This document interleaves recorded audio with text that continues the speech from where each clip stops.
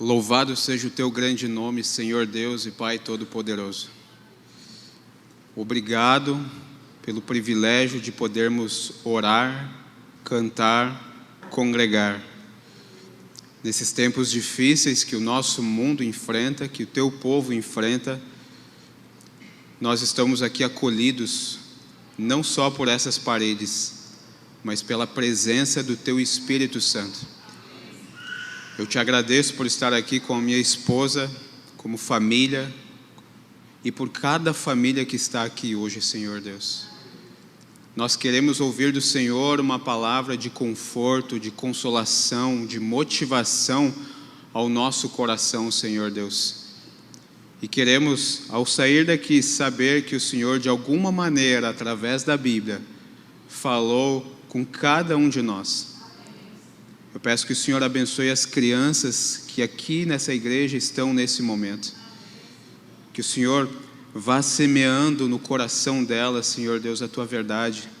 Influencie a mente delas nesse instante, Senhor Deus, eu te peço. Eu peço pelos nossos adolescentes que aqui estão, Senhor Deus, que enfrentam angústias em seu coração, ansiedades, as dificuldades próprias da sua faixa etária. Por favor, Senhor Deus, traga calma e paz ao coração deles nesse instante, Senhor. Eu oro pelos adultos que aqui estão, que trabalham semanalmente de sol a sol, Senhor Deus, e enfrentam a preocupação com o dia de amanhã, sobre o pão de cada dia na mesa para a família. Ajuda eles, Senhor Deus, a entenderem que o Senhor vai providenciar tudo, Senhor, em nome de Jesus. E eu oro também pelos idosos dessa igreja, que há tantos anos carregam cada um de nós com os joelhos no chão, Senhor Deus. E talvez muitos dos que aqui estejam são respostas das orações que eles fizeram lá no passado. Dá força e esperança para eles. Nesse momento, nessa hora, é o que nós te pedimos em nome de Jesus. Amém. Boa noite. Que honra e que alegria estar com vocês aqui. Famílias queridas da cidade de Nanuque, eu espero cada vez mais pegar o sotaque mineiro, se vocês me ajudarem. Uai? Um dia eu perguntei o que significa uai. Aí o rapaz falou, uai é uai, uai. E eu já fiquei encantado ali pelo sotaque mineiro, pela culinária de vocês. Para mim, eu coloco em pé de igualdade com um outro lugar que eu gosto bastante da culinária, que é no Piauí, que é a terra da minha esposa. Melhor do que a culinária lá do meu estado, para mim, não sei se você vai concordar. E o carinho especial de vocês. O mineiro, ele tem um aperto de mão, se o mar mais demorado. Vocês estão acostumados, mas quem vem de fora percebe. E isso mostra o apego, o carinho, o afeto que vocês têm, que é uma coisa voluntária. E eu me encantei porque eu vim para cá o ano passado e fiquei apaixonado por Minas Gerais. Então quando terminar a minha campanha aqui, eu quero sair assim, impregnado com a cultura mineira, com um carinho, com afeto aqui da igreja. E já estou sendo muito bem recebido, eu e minha esposa. Muito obrigado. Vamos para a Bíblia? Vamos lá, meu amigo Silmar. Deixa eu pegar aqui, vai lá em Atos, capítulo 8, versículo 26. E eu sei que você já imagina qual é a história. A gente vai estudar a Bíblia e no final eu vou contar um testemunho, tá bom? Então, Atos, capítulo 8, versículo 26. Vamos lá. Quando você achar, você diz amém. Amém, vamos lá. Um anjo do Senhor falou a Filipe: levanta-te, vai para o lado do sul, no caminho que desce de Jerusalém a Gaza. Este caminho se acha deserto. Filipe levantou e foi. É o mesmo verso aí com vocês? Ok. Quem é o autor do livro de Atos? Lucas. E amigos, a maneira como Lucas descreve essa situação demonstra que ele tem uma sensibilidade ao ministério dos anjos.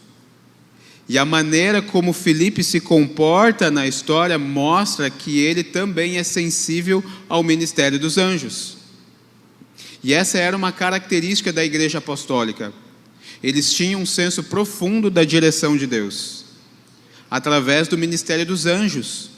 Eles tinham uma noção bem formada sobre o modo como os anjos trabalhavam a favor da salvação das pessoas. É o que está lá em Hebreus capítulo 1, versículo 14. Então, eram grandes manifestações do Espírito Santo, dos anjos, dons espirituais. E quando a gente olha para essa realidade da igreja de Atos, a gente sente até uma inveja santa, né? Porque é uma realidade diferente. É uma realidade profunda nas coisas espirituais de Deus. E por que é assim, Anilson? Isso é só o cumprimento de uma promessa do Antigo Testamento sobre aquilo que era particular de um profeta, os dons espirituais, toda aquela manifestação angélica, as visões, seria agora comum à comunidade dos crentes no Novo Testamento. Agora, quando a gente olha para o tempo a qual vivemos, a gente percebe a mesma realidade, a mesma manifestação, quando a gente ouve os nossos testemunhos nos pedidos, nos agradecimentos, na quarta-feira. A gente tem relatado essas manifestações acontecendo na nossa vida como indivíduo ou na nossa vida como coletividade aqui na igreja.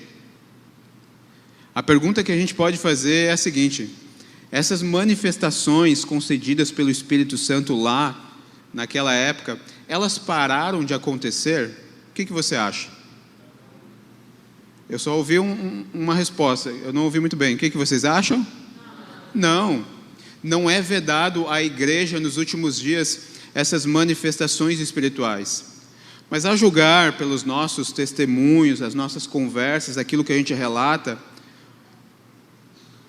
por que não acontece tanto como antigamente?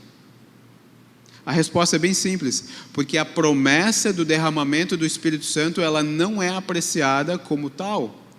Você lembra daquela passagem que Jesus disse assim: olha, vocês podem pedir, e se Deus, se um pai sabe dar boas dádivas aos seus filhos, que dirá o nosso Pai Celeste? Será que Ele não vai dar o Espírito Santo àqueles que pedem? Então é desejo de Deus conceder isso. Mas a gente pergunta se os nossos desejos elevados ao céu casam com o desejo dessa disposição de Deus. Então, olha que interessante. Lucas é sensível ao ministério dos anjos. Filipe, a personagem principal dessa situação, é sensível ao ministério dos anjos. Mas eu queria te olhar nos olhos e te perguntar: o leitor moderno, ele é sensível ao ministério dos anjos também? Ou será que essa passagem se tornou para nós como uma relíquia num museu, que a gente olha contemplando aquilo que foi na antiguidade, sem saber que isso é uma realidade que pode ocorrer agora na vida de cada um de nós? E a gente se torna aquela igreja contemplativa das nossas relíquias, das nossas histórias do passado. Então, o que eu quero dizer para cada um de nós aqui, desde o mais novo até o mais velho, nós precisamos pedir, Silmar, uma experiência mais profunda com o Espírito Santo. Você tem o desejo de fazer esse pedido? Se você tem o desejo de fazer esse pedido, eu quero te dizer uma coisa: simplesmente as coisas ao seu redor vão começar a ser abaladas. Simplesmente a sua autonomia muda, porque Deus começa a direcionar os caminhos aos corações, aos pedidos de milagres, às manifestações. Então, essa lição eu aprendo aqui nesse primeiro verso. E a segunda personagem, que é uma personagem principal também, é aquele etíope. Vamos continuar lendo? Vamos acompanhar aqui Atos ainda, capítulo 8, no versículo 27. A minha Bíblia, ela muda aqui os versículos. Vamos lá. Filipe se levantou e foi. Havia um etíope, eunuco, alto oficial de Candace, rainha dos etíopes, o qual era superintendente de todo o seu tesouro. Ele tinha vindo adorar em Jerusalém e estava regressando a seu país. E assentado na sua carruagem vinha lendo o livro do profeta Isaías. Então o Espírito disse a Felipe: aproxima-te desse carro e acompanha-o. Correndo para lá, Felipe ouviu que o homem estava lendo o profeta Isaías e perguntou: o senhor entende o que está lendo? Ele respondeu: como poderei entender se ninguém me explicar? E convidou Felipe a subir e sentar-se ao seu lado. Ora, a passagem da Escritura que ele estava lendo era esta: foi levado como ovelha ao matadouro, e como um cordeiro mudo diante do seu tosqueador, ele não abriu a boca. Na sua humilhação lhe negaram justiça. Quem poderá falar da sua descendência? Porque a vida dele é tirada da terra. Verso 34. Então o eunuco disse a Felipe: peço que você me explique a quem se refere o profeta. Ele fala de si mesmo ou de outra pessoa? Então Felipe explicou. E começando com esta passagem da Escritura, anunciou-lhe a mensagem de Jesus. Seguindo pelo caminho, chegaram a certo lugar onde havia água. Então o eunuco disse: eis aqui água, o que impede que eu seja batizado? Felipe respondeu: é certo, se você crê de todo o coração. Então ele disse: creio que Jesus Cristo é o Filho de Deus. Então mandou parar a carruagem, ambos desceram a água e Felipe batizou o eunuco. Amém? Amém. Leitura longa, né? Eu vou para a parte do meio da minha mensagem e depois eu vou para a parte final. Nessa situação, você percebe que o eunuco, ele está voltando da onde? E o que ele foi fazer lá? Adorar. E o que ele está trazendo? Ele está trazendo um rolo do profeta Isaías, e ele está lendo. O que isso diz para nós? Que provavelmente ele era, mesmo ele sendo da Etiópia, um judeu prosélito. Vocês lembram de Atos capítulo 2, quando várias pessoas de várias nações estavam reunidas ali? Judeus naturais de outras nações, mas também judeus prosélitos. Pessoas naturais de outras nações que se converteram ao judaísmo de alguma maneira. Então, ele está familiarizado com o judaísmo e ele está voltando da sua prática de adoração. E no meio do caminho agora ele recebe a visita daquele que foi comissionado por Deus. E olha só que incrível, amigos. Tem alguém lendo a Bíblia. E o céu está interessado nesse sujeito que está estudando a Bíblia. E ele comissiona Felipe, o Espírito Santo, o anjo, e ali vai ocorrer um estudo bíblico. Só que você percebe o que acontece depois do estudo bíblico? O eunuco, o etíope, ele toma a decisão por si só e fala: olha, eu quero entregar a vida para esse Jesus. E por que isso ocorre? Vocês lembram de um momento do ministério de Jesus Cristo, quando ele está lá, tem 2 discípulos a caminho de Emaús, e aí eles estão desolados, tristes, e Jesus se aproxima deles. Vocês lembram dessa história?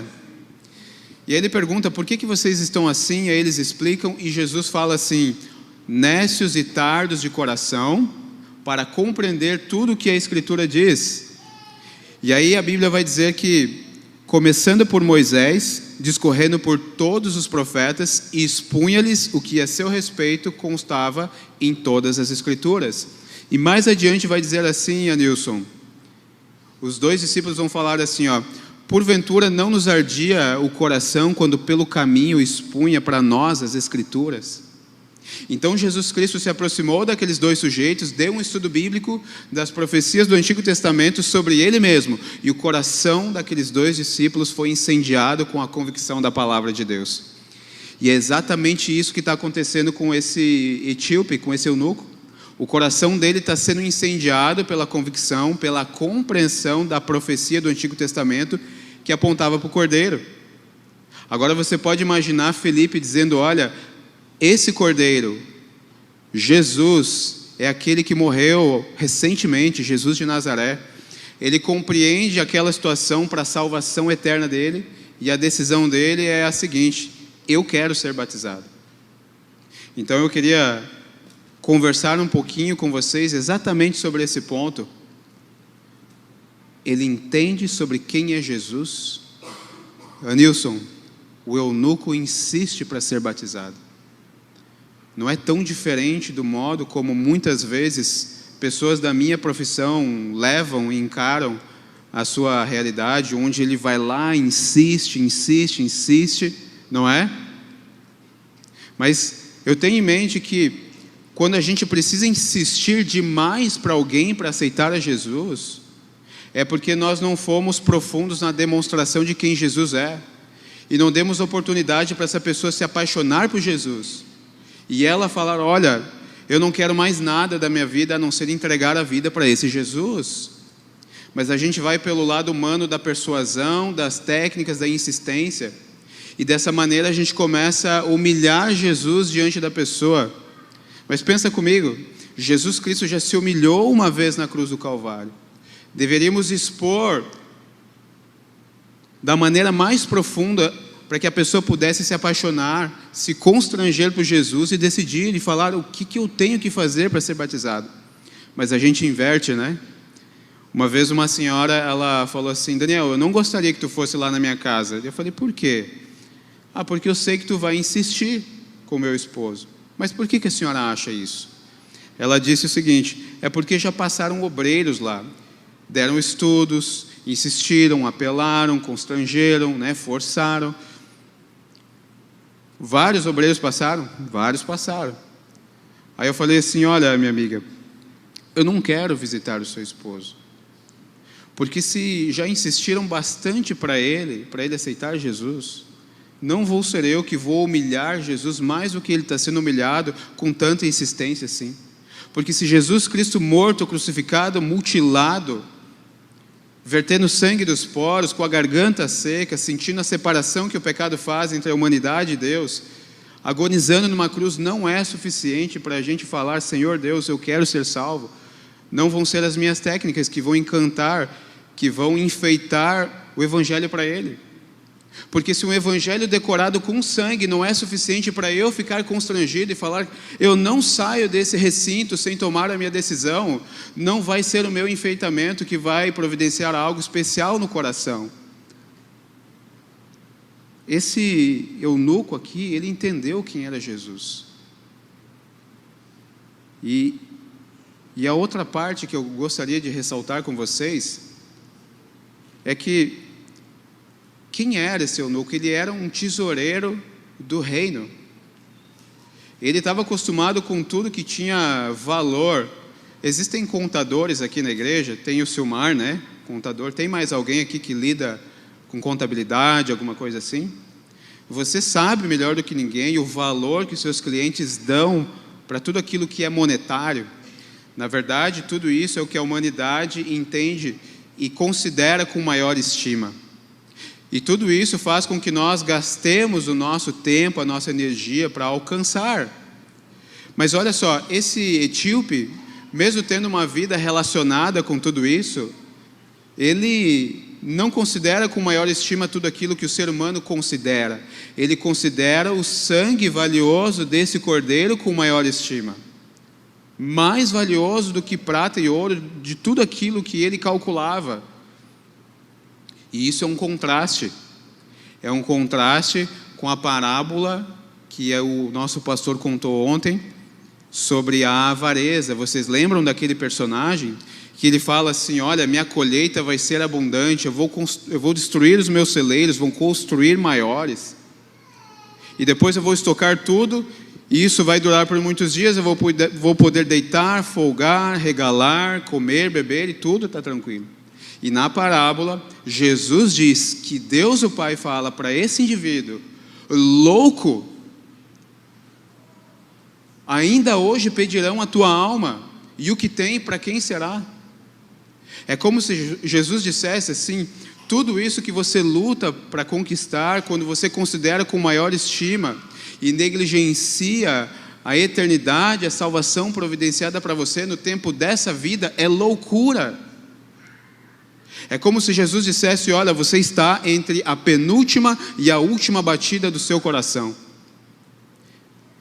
E viver nessa vida de maneira a empreender esforços para tudo que vai ser queimado de maneira a negligenciar a salvação é loucura. Saber que Deus existe, que Jesus salva, se relacionar com isso e olhar para a minha vida e ver que a devoção é maior para tudo aquilo que vai ser queimado, Jesus olha nos meus olhos e me chama louco. Ainda hoje pedirão contas da tua vida. Tudo que tem, quando descer ao pó, para quem será? Nós estamos, amigos, olhando nos olhos de cada um de vocês aqui, entre a penúltima e a última batida do nosso coração. Eu faço um parênteses. No meu estado, para muitas pessoas, aqueles dias foram o último dia.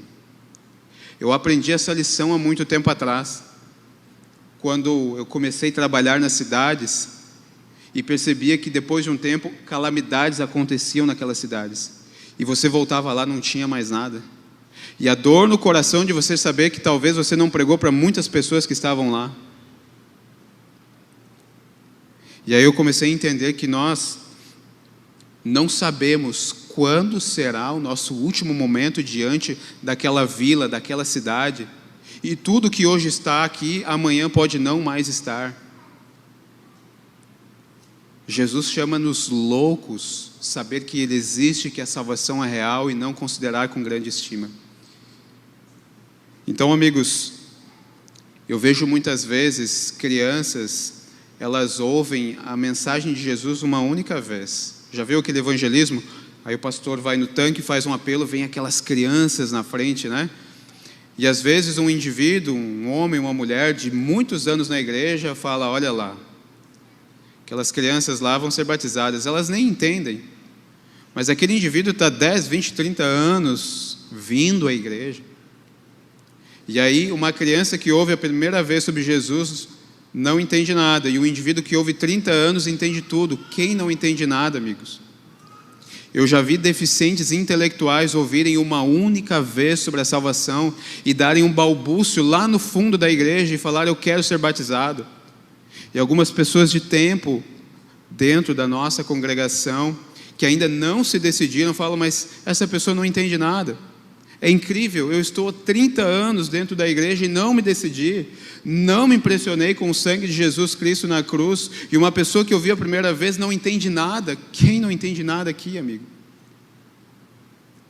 Jesus chama-nos loucos por saber que a salvação está agora em vigor e considerá-la como menos de tudo aquilo que a gente sabe que vai ser queimado.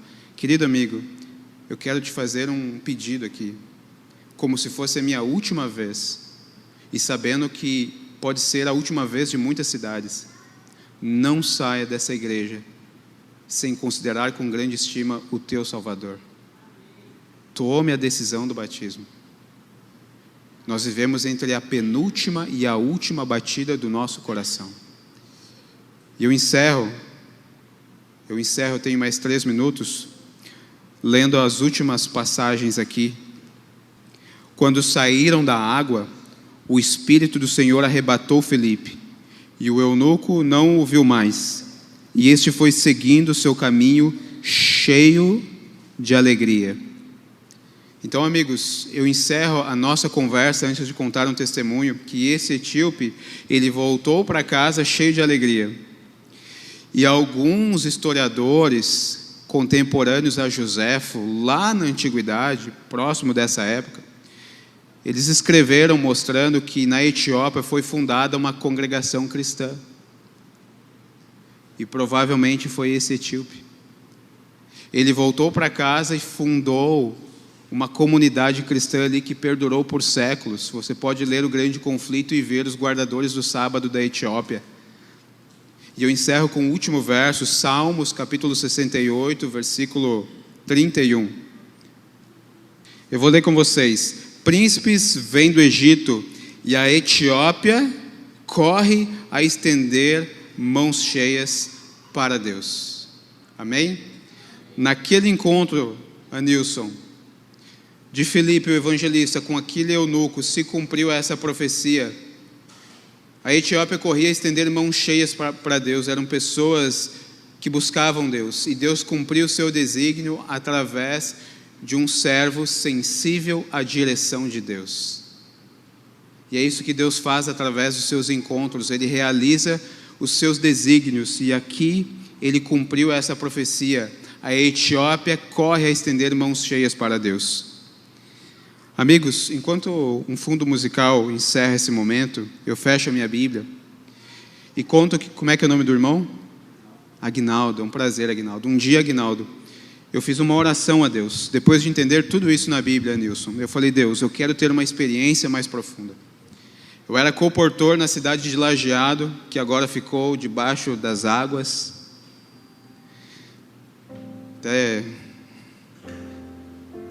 E aí, era meio-dia, eu estava voltando para casa, porque naquela campanha dava para almoçar em casa, né? E tinha um caminho estreito, onde todo mundo falava: não passa lá. E eu falava: por quê? Não, lá é perigoso. Mas eu pensei assim, Silmar, bom, se ninguém passa lá, e eu sou um pregador do evangelho, eu preciso passar nesse lugar. E eu fui, era tão estreito quanto esse corredor. Era deserto, casas do lado, casas do outro, mas sabe, ninguém, estrada de cascalho. E quando eu comecei a andar naquela rua estreita, veio um cachorro enorme para me atacar. E eu dei um pulo para o lado, coloquei o meu prospecto assim, ele ficou ali salivando, meu coração começou a palpitar, e eu segui em frente.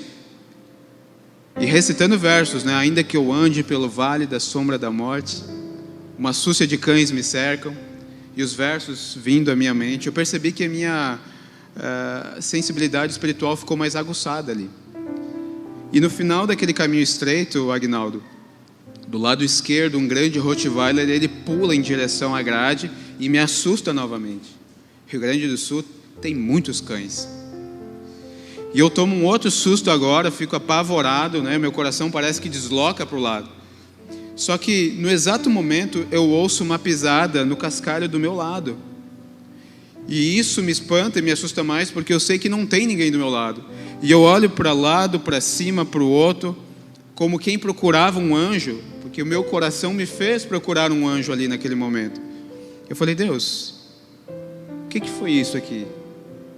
E eu tive a certeza que meu anjo estava do meu lado. Eu virei a esquina, parei debaixo de um pé de caqui, que é uma fruta, e fiquei desejando comer aquelas frutas numa sombra.